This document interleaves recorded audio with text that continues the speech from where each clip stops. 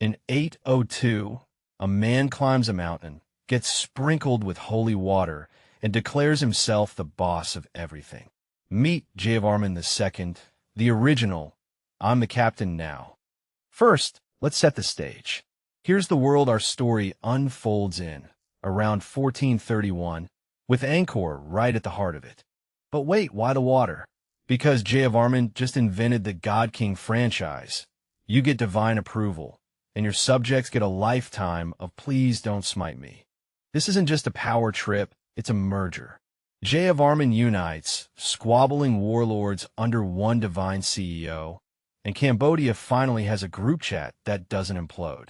Indravarman I, fresh off his coronation, looks at the swampy plain and thinks, you know what this needs? A really big swimming pool.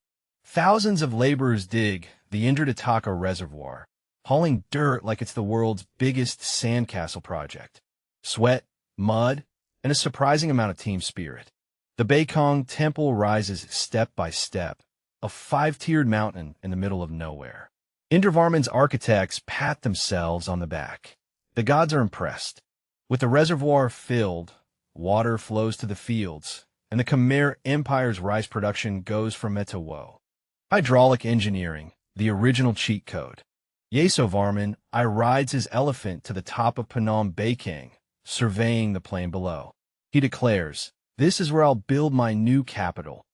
He orders the digging of the East Baray, a reservoir so huge it would make a modern swimming pool jealous. Workers start hauling dirt, dreaming of the day they'll swim in it. Meanwhile, Phnom Penh Temple rises tier by tier, a mini mountain for the God King. Yasovarman watches, imagining himself as the center of the universe. The capital moves to Angkor, and Yasovarman names it Yasovarman. It's a city with a great reservoir, a grand temple, and a king with a big ego. Suryavarman II, fresh off his coronation, looks at the horizon and thinks, my ancestors built reservoirs. I'll build a mountain. The workers don't just dig, they carve. Thousands of hands turn sandstone into blocks, each one heavy enough to crush a lesser king's ego. And the design? A cosmic mountain, 5 towers for 5 peaks of Mount Meru. Suryavarman wants the gods to feel jealous. Angkor Wat rises, a temple so grand it's dedicated to Vishnu. But let's be honest, it's a giant selfie for Suryavarman's ego. The Chams sail up the tunnel sap, torches lit, ready to party. But Jayavarman VII has other plans and a fleet of his own. Jayavarman's boats ram into the Cham fleet with a crunch. The Chams barely have time to scream before they're swimming home. The Cham king surrenders, waving a white flag that looks suspiciously like a laundry sheet. Jayavarman VII accepts with a smirk. With the Chams kicked out, Jayavarman VII is crowned king. He immediately starts planning the biggest building spree in history. And here's Angkor up close, where our story really plays out. Jayavarman VII, fresh from victory, decides his new capital needs a face, literally. He orders the construction of Angkor Wat, a walled city so vast it makes his enemies weep. But a city needs a temple, and Jayavarman's temple will be a mountain of faces. The Bayon rises, each tower carved with serene smiles that watch over the kingdom like 1,000 stone babysitters. The faces aren't just decoration. They're Jayavarman's own features, multiplied like a cosmic selfie. Everywhere you look, the king is watching you. No pressure, citizens. The Bayon becomes the heart of Angkor Wat, a stone forest of faces that will outlast every king. Jayavarman smiles. So do his 90 stone twins. Jayavarman VII, fresh from building a city of faces, now builds hospitals. Because nothing says, I care like 102 rest stops for your subjects. Each hospital gets a stone inscription listing its location.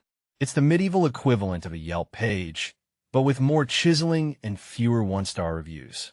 The hospitals aren't just for the elite, they're open to all. Even the guy who tried to sell you a genuine magic amulet last week. And the best part? The hospitals are staffed by trained doctors, not just monks with good vibes. It's a healthcare revolution, Khmer style. It's 1296, and Chinese diplomat Zhou Daguan is having the worst commute ever. Rode up a river, past a city wall that makes his own palace look like a garden shed. Once inside, Zhou finds a city so grand it makes his own capital look like a discount outlet. He whips out his travel journal and starts scribbling furiously. He writes about the royal palace, the golden towers, and the city's endless canals. Basically, he's the first travel blogger, giving Angkor a 5-star review. But the best part? He notes the king's many wives and the city's daily life. So detailed. It's like the medieval version of a reality TV show. By the 1300s, Angkor's water system is starting to look like a bad DIY project. The reservoirs are drying up, and the canals are clogged with silt and regret. Now the big move, the road from Ayutthaya to Angkor. Deforestation is the real villain here. Without trees, the soil washes away, and the water just says nope and leaves. The Khmer Empire is basically losing its grip on a very wet problem. Climate change joins the party, bringing droughts and erratic rains. The once reliable monsoon now shows up late, hungover, and with a shrug. Farmers look at the sky and weep. With less water, rice yields plummet. The empire's breadbasket turns into a breadcrumb basket. And when food runs short, empires start to get a little stabby. In 1351, a new kid swaggers onto the Southeast Asian playground. Ayutthaya. It's at a river, a plan, and a serious attitude problem. Siamese troops march out, singing songs about their new kingdom. The Khmer army, meanwhile, is still trying to figure out which end of the spear goes in the enemy. The Khmer kings, panicking, send a desperate message. Hey, we had a good thing going with the water temples. But Ayutthaya just laughs and points at its own river. In 1353, the Siamese come knocking, except they don't knock. They bring a battering ram labeled foreclosure and a very rude attitude. The gates splinter like a cheap chair at a wedding. Siamese troops pour in, waving torches and singing what will become their national anthem of arson. The city burns like a barbecue gone wrong. Siamese soldiers stuff their pockets with gold, while a Khmer official wails, "That was my grandmother's vase." The Siamese leave with carts full of loot and a trail of captives.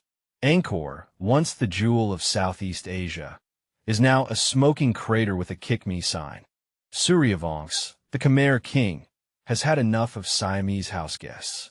He rallies his troops for a little reconquest, a family reunion nobody asked for. Time to take back Angkor. The march is less epic war campaign and more dad dragging the family to a theme park. They trudge through the jungle, swatting mosquitoes and thinking about rice. They reach Angkor's walls, now patched and sagging like an old hammock. Suryavarman gives the signal, and the Khmer warriors swarm the gates like ants at a picnic. The Siamese garrison, vastly outnumbered and out of snacks, surrenders. Suryavarman raises the Khmer flag over Angkor, a victory that feels more like a sigh of relief.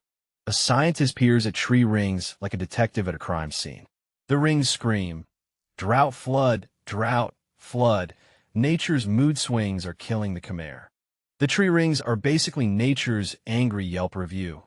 Terrible irrigation would not flood again. The Khmer's water system is failing, and the empire is getting thirsty. Monsoon rains now arrive like a drunk uncle, either not at all or all at once, flooding everything. The reservoirs, once the empire's pride, are now just fancy mud pits. The rice fields turn to dust. Farmers stare at cracked earth that used to feed an empire. It's like the land itself is on a permanent hunger strike. In 1431, King Borommaracha II of Ayutthaya decides the Khmer Empire has had enough time to rebuild. Time for round two, and this time he's bringing elephants. The Siamese army arrives at Angkor's walls, now patched and sagging like an old hammock. The elephants look at the gates, then at each other. You first. The elephants charge. The gates, having survived 1,000 years, finally say, nope, and splinter like a cheap chair at a wedding. Siamese troops swarm the streets, waving banners and looking for loot. The Khmer defenders, vastly outnumbered, decide this is a great time for a strategic retreat. The Khmer king, Panhia Yat, gathers his court. "We could stay and fight," he says, "or we could move somewhere with better feng shui." In 1431, the Khmer court packs up like it's moving day, but instead of a moving truck, they have elephants and a very long walk. The jungle watches them go, vines already stretching out like grabby hands, ready to reclaim every stone. They settle in Phnom Penh, a place with a great view and none of those terrible irrigation problems. The king breathes a sigh of relief. But Angkor isn't abandoned. It's just on a permanent siesta. Monks still visit, lighting incense and ignoring the vines. In 1860, French naturalist Henri Mouhot stumbles through the jungle, chasing butterflies, and instead finds the greatest city ever built. His jaw drops so hard it nearly unhinges. He whips out his notebook, scribbling furiously. These ruins are grander than anything Greece or Rome ever built. The locals shrug. They've known about it for centuries. Back in Europe, scholars gasp. A lost city in the jungle. They race to claim it, like tourists at a Black Friday sale for history.